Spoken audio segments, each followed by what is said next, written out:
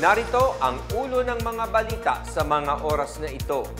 Administrasyong Marcos pursigidong tuparin ang mga napagkasunduan para sa ikakukumpleto ng Bangsamoro Peace Process. Pilipinas at Japan magtutulungan sa pag-abot tulong sa mga biktima ng lindol sa Cebu bilang bahagi ng Reciprocal Access Agreement.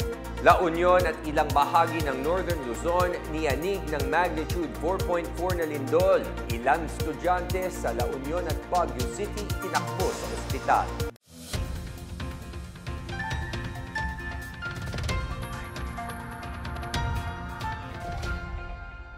Ako si William Theo para sa PNA Headlines. Pursigido pa rin ang Administrasyong Marcos na itaguyod ang usaping pangkapayapaan sa Bangsamoro Autonomous Region in Muslim Mindanao or BARM. Ayon kay Presidential Peace Advisor Carlito Galvez Jr., nanindigan ng administrasyon na matuloy ang peace process sa BARM sa kabila ng mga di pagkakaunawaan sa normalization process. Sinabi niyang pinagtatrabahuhan ng gobyerno at Moro Islamic Liberation Front or MILF na tuparin ang mga naipangako sa Comprehensive Agreement on the Bangsamoro. Kabilang sa mga nagpapatupad nito ang Joint Normalization Committee, Joint Task Force Camps Transformation, Task Force Decommissioned Combatants and Communities at Joint Peace and Security Teams. Sinuspindi ng MILF Central Committee ang normalization process ng nasa 14,000 na combatant noong Agosto dahil ito umano sa socio-economic packages na di pa natatanggap ng ilang miyembro.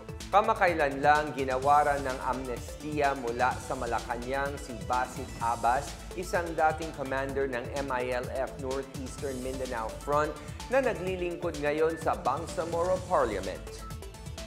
Ginamit ng militar ng Pilipinas at Japan ang kanilang Reciprocal Access Agreement or RAA sa kauna-unahang pagkakataon para alalayan at padalhan ng tulong ang mga biktima ng magnitude 6.9 na lindol sa Cebu. Ayon sa Japanese Embassy sa Maynila, tutulong ang Japan Air Self-Defense Force or JASDF sa pagpapadala ng relief supplies sa mga nasalanta ng lindol. Sinimulan ang humanitarian assistance and disaster relief exercises na Doshin Bayanihan sa pagitan ng JASDF at Philippine Air Force noong October 7. Alinsunod ito sa hiling ng Pilipinas na tulong para sa mga isinasagawang relief operations sa Cebu. Pinag-usapan ng mga opisyal ng Pilipinas noong September 30 ang pagpapatupad sa RAA. Kabilang sa mga sakop ng kasunduan ang pagtutulungan sa pagsasagawa ng disaster relief operations. Binuo ang RAA para paigtingin ang pagtutulungan tungo sa kapayapaan at seguridad sa Indo-Pacific region. Niratipika ni Pangulong Ferdinand R. Marcos Jr. ang RAA na kinumpirma ng Senado noong December 16, 2024. Nagsimula ang pagka-epektibo ng RAA nitong September 11. Niyanig ang La Union at ilang bahagi ng Northern Luzon ng magnitude 4.4 na lindol kaninang 10:30 ng umaga. Sa ulat ng Philippine Institute of Volcanology and Seismology, tumama ang tectonic quake na may lalim na 23 kilometers bandang 3 kilometro sa hilagang silangan ng Pugu, La Union. Nauna itong naitala ng PHIVOLCS bilang magnitude 4.8. Naramdaman ang pagyanig hanggang sa Baguio City at ilang katabing probinsya.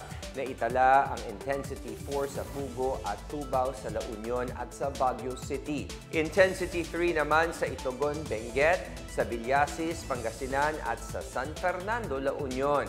Nakapagtala rin ng pagyanig sa Aringay, La Union, Bontoc, Mountain Province, Sison, Lingayen at Urdaneta sa Pangasinan, Nampikuan, Nueva Ecija at Dagupan City.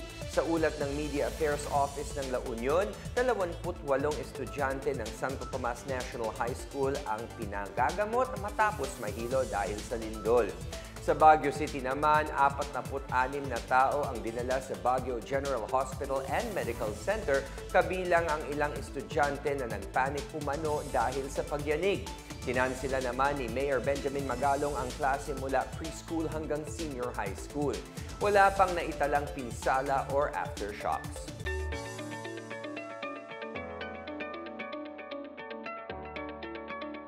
At sa balitang pangkalakalan, nangako ang Foreign Ministry ng Norway na tatanggalin ang Pilipinas sa listahan nito ng mga bansang minamanmanan dahil sa money laundering at terrorist financing. Kasunod ito ng insidenteng kinakasangkutan ng ina ng journalist na si Gretchen Ho sa Gardermoen Airport matapos tanggihan ang pagpapalit ng US dollars. Sa isang post ni Ho sa social media, tinanggihan ng foreign exchange counter ang hawak na US dollar ng kanyang ina mula sa Pilipinas dahil daw sa katiwalian at money laundering sa bansa. Ayon sa Department of Foreign Affairs na lamang ginamit pa rin ito ng lumang gray list ng Financial Action Task Force or FATF kung saan kasama pa rin ang Pilipinas sa mga bansang maraming kakulangan sa pagsugpo sa money laundering at pagpinansya sa mga terorista. Naialis na ang Pilipinas sa FATF Gray List noong February 2025 at sa European Union Gray List nitong Agosto. Ito'y matapos mapatunayang napalakas ng pamahalaan ang mga hakbang nito kontra terorismo at money laundering. Nakipag-usap naman ang Philippine Embassy sa Oslo sa Foreign Ministry at sa Financial Supervisory Authority ng Norway para makakuha ng paliwanag sa insidente. Samantala, nakahatak ang Pilipinas ng 1 billion pesos na investment mula sa isang kumpanya sa Korea na nakatakdang makinabang mula sa Create More Act. Ayon kay Secretary Frederick Go, ang Special Assistant to the President for Investment and Economic Affairs, ipinadala na sa Office of the President ang pag-apruba sa pagiging benepisyaryo ng Create More Act ang naturang kumpanya. Sinabi ni Go na patuloy ang pagbuhos ng mga investment pledges sa Pilipinas. Taliwas ito sa pahayag ni Securities and Exchange Commission Chairperson Francis Lim sa 57th Finex Conference na umalis sa bansa ng mga investor dahil sa issue ng katiwalian tulad ng flood control scam. Pinabulaanan din ni Go ang sinabi ni Lim na nalugi ng 1.7 trillion pesos ang Philippine Stock Exchange dahil sa mga kontrobersiya. Batay niya ito sa kumpirmasyon ng mga PSE at ng mga brokers sa stock market. At yan ang pinakabago at pinakamainit na balita sa mga oras na ito, hatid sa inyo ng PNA Headlines. Para sa iba pang mga balita at impormasyon, bisitahin lamang ang aming website pna.gov.ph o ang aming Facebook at X account na Philippine News Agency. Mapapanood din ang PNA Headlines sa pamamagitan ng link sa website ng News and Information Bureau, sa ilalim ng PNA News at sa YouTube account ng Philippine News Agency. 77 na araw na lang ay Pasko na. Ating alalahanin na ang tunay na diwa ng Pasko ay nasa pagbibigayan. Ako po si William Teo at ito ang PNA Headlines, naghahatid ng mga balitang nagbubuklod sa bagong Pilipinas.